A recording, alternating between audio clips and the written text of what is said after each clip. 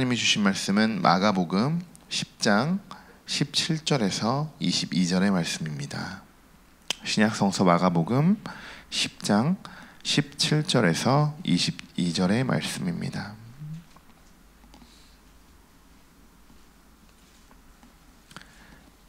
네, 우리 한 목소리로 함께 읽어보도록 하겠습니다. 예수께서 길에 나가실새 한 사람이 달려와서 꿇어앉아 묻자오되 선한 선생님이여 내가 무엇을 하여야 영생을 얻으리이까? 예수께서 이르시되 내가 어찌하여 나를 선하다 일컫느냐? 하나님 한 분 외에는 선한 이가 없느니라. 네가 생명을 안하니 살인하지 말라, 가늠하지 말라, 도둑질하지 말라, 거짓 증언하지 말라, 속여 빼앗지 말라, 내 부모를 공경하라 하였느니라. 그가 여짜오되 선생님이여 이것은 내가 어려서부터 다 지켰나이다. 예수께서 그를 보시고 사랑하사 이르시되 내게 아직도 한 가지 부족한 것이 있으니 가서 내게 있는 것을 다 팔아 가난한 자들에게 주라. 그리하면 하늘에서 보화가 내게 있으리라. 그리고 와서 나를 따르라 하시니 그 사람은 재물이 많고 고로 이 말씀으로 인하여 슬픈 기색을 띠고 근심하여 가니라. 아멘. 오늘은 우리가 잘 알고 있는 부자 청년의 이야기입니다. 17절을 보시면 한 사람이 달려와서 꿇어앉아 선한 선생님이여 내가 무엇을 하여야 영생을 얻으리이까? 라고 질문을 하죠. 이렇게 질문한 사람은 부자이고 마태복음 19장에 따르면 청년이었으며 누가복음 18장에 따르면 그는 부유한 젊은 관원이라는 것을 알 수 있습니다. 여러분이 이 부자 청년에 대해서 여러 번 설교를 접할 수밖에 없는 이유는 지금 4복음서 중에 요한복음을 제외한 세 복음서에서 이 부자 청년의 이야기를 다루고 있어서 그렇기 때문에 많이 접하게 될 수밖에 없는 것입니다. 이것은 무엇을 뜻할까요?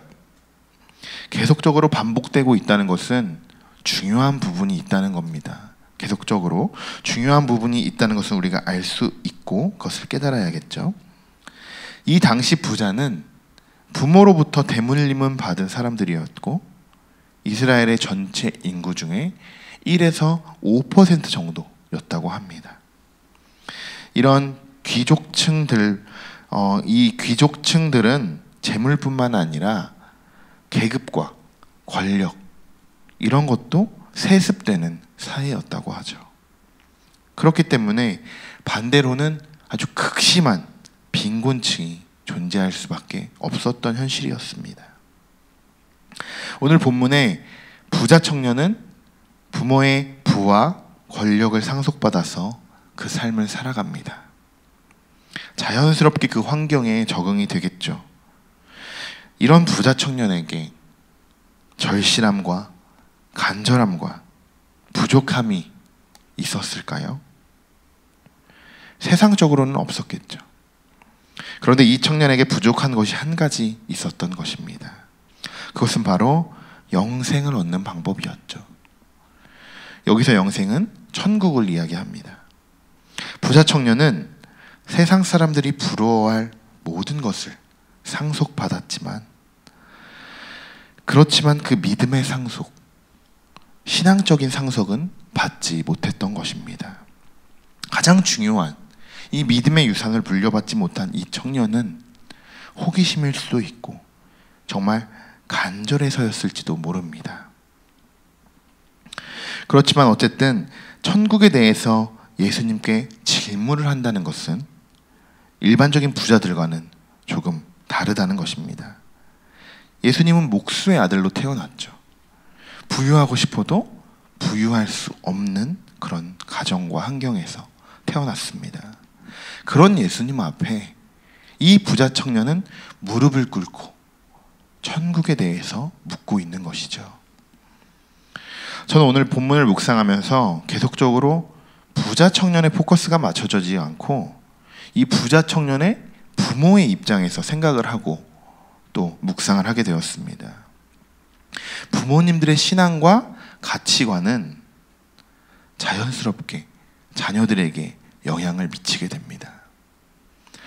오늘 본문에 나오는 부자 청년의 이 부모님의 신앙과 가치관은 어땠을까요? 그리고 여기 앉아 계신 여러분, 부모의 입장으로서 여러분의 신앙과 또 그 가치관은 어떠십니까? 우리 19절의 말씀을 한번 다시 읽어보도록 하겠습니다. 내가 계명을 안 하니 살인하지 말라, 간음하지 말라, 도둑질하지 말라, 거짓 증언하지 말라, 속여 빼앗지 말라, 내 부모를 공경하라 하였느니라. 아멘. 예수님께 했던 천국에 대한 궁금함과 이 질문, 저는 얼마든지 부모와 나눌 수 있는 신앙적인 대화라고 생각합니다. 정말 좋은 부모는 부와 명예를 유산으로 물려주는 부모가 아니라 올바른 신앙관과 하나님을 믿는 그 믿음을 유산으로 물려주는 부모. 여러분은 이런 좋은 부모, 그리고 자녀들에게 신앙을 인정받는 부모가 되시기를 축복합니다. 여러분, 자녀들과 대화를 많이 하십니까? 이제 조금 커서 대화커녕 식사 함께 하기도 어렵습니다. 저 또한 그런 청년이었습니다. 그렇지만 여러분의 자녀들과 함께 꼭 일주일에 한 번이라도 가정예배나 또 말씀 나눔을 통해서 올바른 신앙을 잘 전수해 주시기를 바랍니다. 이것이 좋은 부모이고 존경받는 부모입니다. 자, 이번에는 예수님의 답변에 대답하는 청년을 한번 살펴보겠습니다. 20절에 이렇게 대답합니다. 선생님이여, 이것은 내가 어려서부터 다 지켰사오니. 19절의 내용은 많이 보셨던 말씀이죠. 십계명의 내용입니다. 이 말씀만 언뜻 보면 예수님은 그냥 율법만을 강조하고 행위로 영생을 얻는 방법을 제시하시는 것 같아 보입니다. 그러나 그러실 예수님이 아니죠. 예수님의 의도는 그런 의도가 아니었습니다. 사실 하나님의 법은 100% 그냥 율법대로 완벽하게 지키면 영생을 얻는 것은 사실입니다. 그런데 문제는 어떤 인간도 하나님의 법을 완벽하게 지킬 수는 없다는 것이죠. 그럼에도 근데 우리는 착각 속에 빠져 있습니다. 이 정도면 됐지. 이 정도면 좋은 신앙이 아니야? 어렸을 때부터 자연스럽게 교회를 다니게 되고 단 한 번도 빠지지 않고 주일 성수하며 교회에 열심히 봉사하는 사람들은 이런 부분들을 조심하셔야 됩니다. 이 정도면 됐지. 나의 신앙 이 정도면 됐지. 하나님과 더 깊은 교제가 진행이 되지 않고 율법을 뛰어넘어 믿음의 구원에 이르지 못하고 계속적으로 이 상황에만 묶여 있다면 이런 신앙적인 이 딜레마에 빠져 있게 됩니다. 제가 처음에 말씀드린 이런 문제 속에 빠져들게 되는데 절실함이 없게 되고 간절함이 없게 되고 부자 청년처럼 부족함이 없게 되는 것입니다. 부자 청년은 내가 어려서부터 다 지켰습니다 이렇게 말할 때 예수님은 21절에 이렇게 말씀하십니다. 사랑, 한 가지 부족한 것, 내가 있는 것을 다 팔아 가난한 사람들에게 주는 것, 하늘의 보아, 그리고 마지막으로 나를 따르라 이렇게 말씀하십니다. 예수님은 율법을 어렸을 때부터 잘 지켰던 이 청년을 먼저 사랑하신다고 하셨습니다. 이 부분이 중요합니다. 이 사랑이라는 말에는 지금까지의 그 청년의 삶 속에서 나타난 간절함이 보였던 것이죠. 쉽게 말하면 그 청년은 지금까지 부모로부터 그 율법만을 지키면 영생을 얻었다고 생각하고 그것을 믿고 지켜서 그렇게 자라왔습니다. 그리고 나름대로 완벽하게 지켰다고 이 청년은 자신 있게 예수님께 대답을 한 것이죠. 예수님의 사랑은 사실 이런 율법을 뛰어넘어서 율법을 지키든 않든 이것이 중요한 게 아니라 영생을 구하는 모든 자들에게 사랑하시고 또 그렇지 않을지라도 사랑하시는 예수님이라는 것을 우리가 알 수 있는 것입니다. 그런데 여기서 끝이 아닙니다. 한 가지 부족한 것이 있다. 이렇게 말씀하시죠. 내 소유를 다 팔아 가난한 자들에게 나눠주고 하늘의 보물을 쌓아라. 여러분이 예수님이 여러분에게 이렇게 말씀하신다면 어떤 생각이 먼저 드십니까? 솔직하게 우리는 내가 가지고 있는 재물에 대해서 먼저 생각하게 되죠. 내가 얼마를 가지고 있는데 이것을 전부 팔아야 된다고? 이걸 나눠주면 나는 어떻게 살지?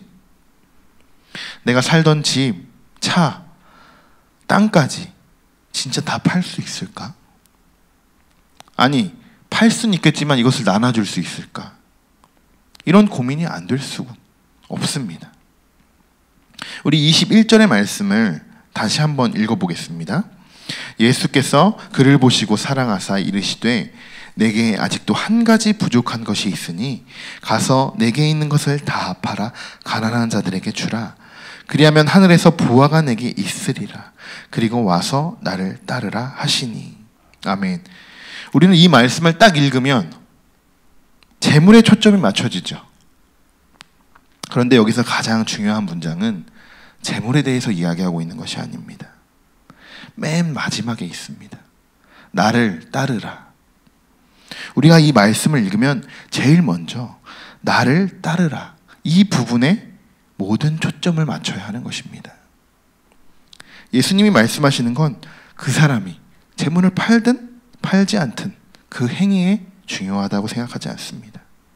그것은 그냥 행위라고 생각합니다. 늘 그가 어렸을 때부터 지켜왔던 그 율법인 거죠. 그러나 나를 따르기 위해선 재물이 결코 방해 요소가 될 수 없다라는 것을 이 청년에게 일깨워주는 것입니다. 내가 보는 시선은 예수님을 따르는 것보다 나도 모르게 재물에 대해서 더 많이 염려하고 있을지도 모릅니다. 그러나 오늘 이 말씀을 듣는 성도 여러분에게는 예수님의 음성, 나를 따르라고 말씀하시는 그 음성을 먼저 들으시고 순종하시는 여러분이 되시기를 소망합니다. 오늘 여러분에게 예수님은 말씀하십니다. 나를 따르라. 그리고 내가 염려하는 모든 것을 나에게 맡기라. 나를 믿으라. 내가 두려워하는 것이 무엇이냐? 나를 믿으라. 나를 따르라. 성도 여러분, 세상의 어떤 것도 하나님과의 관계를 방해할 수 있는 것은 아무것도 없습니다. 비록 부자 청년은 근심하고 돌아갔지만 여러분은 세상의 근심과 걱정과 염려, 두려움을 믿음으로 내려놓고 하나님과 동행하시는 모든 성도 여러분 되시기를 축복합니다. 기도하겠습니다.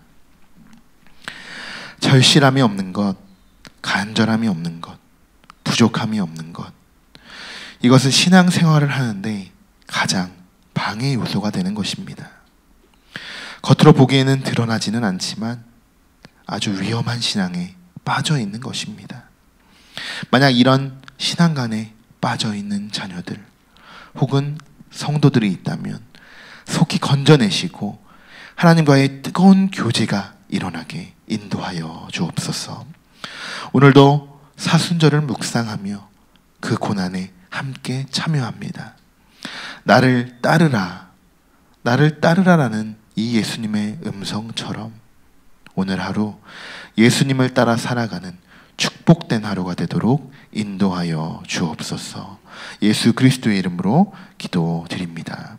아멘.